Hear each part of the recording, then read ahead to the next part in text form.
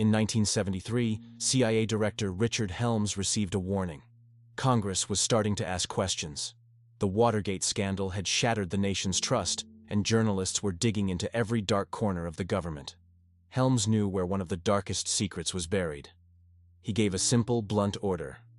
Destroy the files. For days, boxes upon boxes of documents were shredded and burned. They were the records of a program so secret, so unethical, its very existence felt like fiction.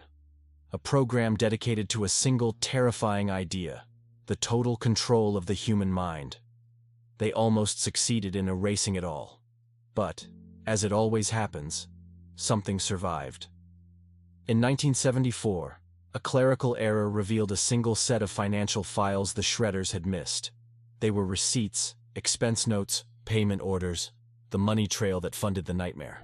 The project's name was MKUltra, and its story proved that America's wildest conspiracy theories weren't just theories. They were real. This is the file on the CIA's hunt for the ultimate weapon, the mind of its enemies. To understand MKUltra, you have to understand fear. The year was 1950. The Cold War was at its peak.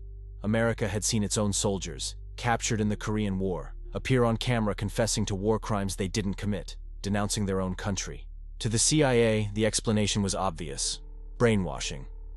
The communists had developed a drug or a technique that could break a man down and rebuild him as a puppet. America decided it wouldn't just compete, it would win. In 1953, under the authority of Director Allen Dulles, the agency launched its most ambitious mind control project. The MK, in the name, meant it was a project sponsored by the CIA's technical services staff.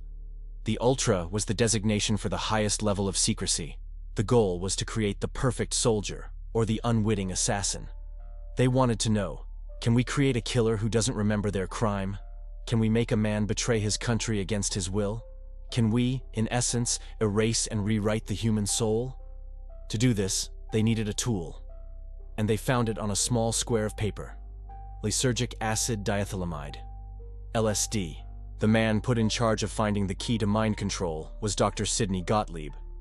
Gottlieb was a brilliant chemist, but he was, in essence, the agency's shadow doctor. He believed that to build a new mind, you first had to destroy the old one, and LSD would be his hammer. MKUltra began as a sprawling network of experiments, using dozens of universities, hospitals, prisons, and pharmaceutical labs as fronts. The CIA secretly funded research at prestigious institutions like Harvard, Columbia, and Stanford.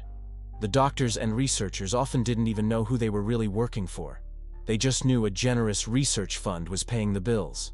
They tested everything: hypnosis, sensory deprivation, psychological warfare, sexual and verbal abuse, and of course, massive doses of drugs. The epicenter of these tests became America's underworld. In New York and San Francisco, the CIA established safe houses that were, in fact, traps. Under Operation Midnight Climax, agents hired prostitutes to lure men, ordinary citizens from all walks of life, back to these apartments. There, without their knowledge, the men were given LSD in their drinks. Behind a two-way mirror, CIA agents and scientists would sit in the dark, martinis in hand, taking notes as they watched normal men plunge into madness.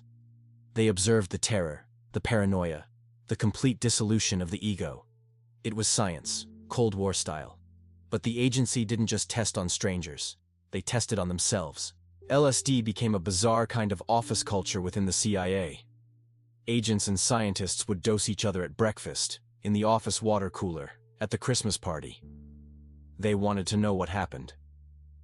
In 1953, this culture claimed its first victim. Dr. Frank Olson was an army biochemist working with the CIA on bioweapons research. At a weekend retreat, Sidney Gottlieb decided, without warning, to dose Olson's drink with LSD. In the following days, Olson changed.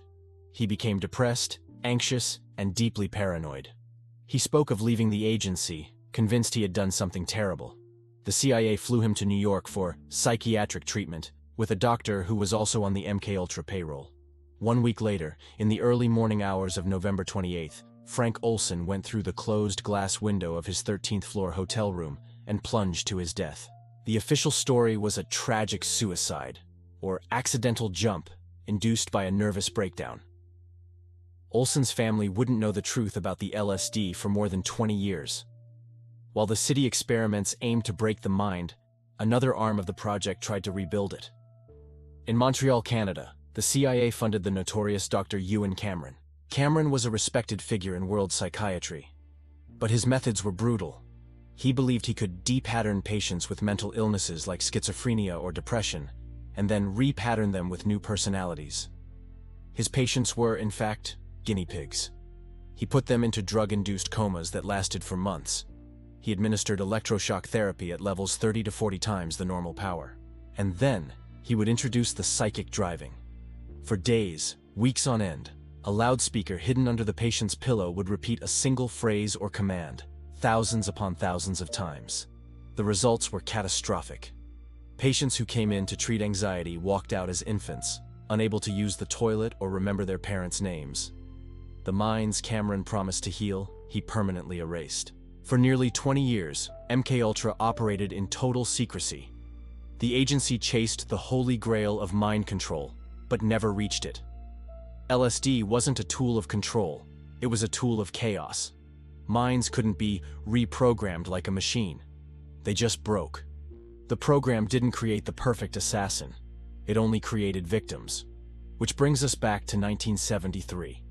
When Director Holmes ordered the files destroyed, he believed the secret was safe.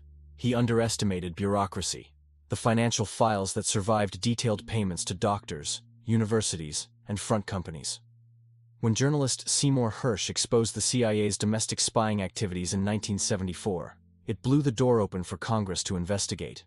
The Church Committee hearings in 1975 brought MKUltra into the light for the first time. America was horrified. The CIA, the agency meant to protect the nation, had been caught drugging its own citizens in secret brothels and funding psychiatric torture chambers. It was a betrayal on a national scale.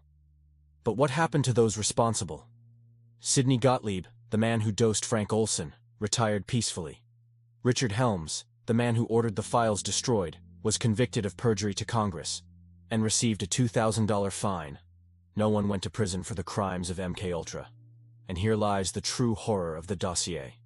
The destruction of the files wasn't just to hide the failure, it was to hide the success. To this day, theorists and historians wonder what was truly in the burned documents. Did MKUltra really end in 1973? Or did it just change its name, go deeper, and get darker? We don't know how close they got. We don't know what other drugs they tested, or on whom. We don't know who else, like Frank Olson, was driven to the edge and pushed.